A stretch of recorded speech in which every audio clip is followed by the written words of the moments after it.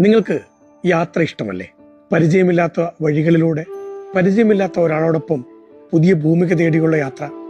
ആ യാത്രകൾ ഇഷ്ടമാണെങ്കിൽ നിങ്ങൾക്ക് തീർച്ചയായും ആർ രാജശ്രീ ടീച്ചറുടെ ആത്രേയം എന്ന പുസ്തകം ഒരു യാത്ര സമ്മാനിക്കും.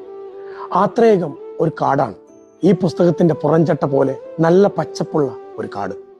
ഈ കാടിനുള്ളിലേക്ക് പ്രവേശിക്കുമ്പോൾ നമ്മളെ കാത്തിരിക്കുന്നത് അപരിചിതമായ ഒരു ഭൂമികയാണ്. അപരിചിതരായ കുറെ കഥാപാത്രങ്ങളാണ്.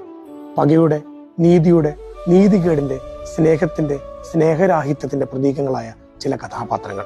ഈ പുസ്തകം അടച്ച് പുറത്തേക്ക് ഇറങ്ങുമ്പോൾ അതുവരെ പകയുടെ പ്രതീകങ്ങളായിരുന്ന പല കഥാപാത്രങ്ങളും നീതിയുടെ പക്ഷത്തും, നീതിയുടെ പക്ഷത്തായിരുന്ന പല കഥാപാത്രങ്ങളും നീതികേടിന്റെ പക്ഷത്തായി മാറുന്നു എന്നതും ആത്രേയം നമുക്ക് കാട്ടിത്തരുന്ന പുതിയ ഒരു വായന അനുഭവമാണ്.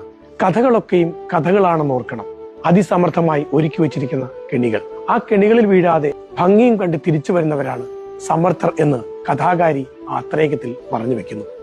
പക്ഷേ നമ്മൾ എത്ര ശ്രമിച്ചാലും നമ്മളെ കുരുക്കിയിടാനുള്ള അനേകം കെണികൾ ആത്രേയത്തിൽ കഥാകാരി ഒരുക്കി വെച്ചിട്ടുണ്ട്. നിരമിത്രകുമാരനായും ഇളയായും ഇരാവാനായും കൃഷ്ണയായും ഒപ്പം ആത്രേയത്തിലെ ഔഷധഗന്ധമുള്ള കാറ്റായും. ഇത് തന്നെയാണ് ആത്രേയം എന്ന മനോഹരമായ കൃതിയുടെ ഭംഗിയും.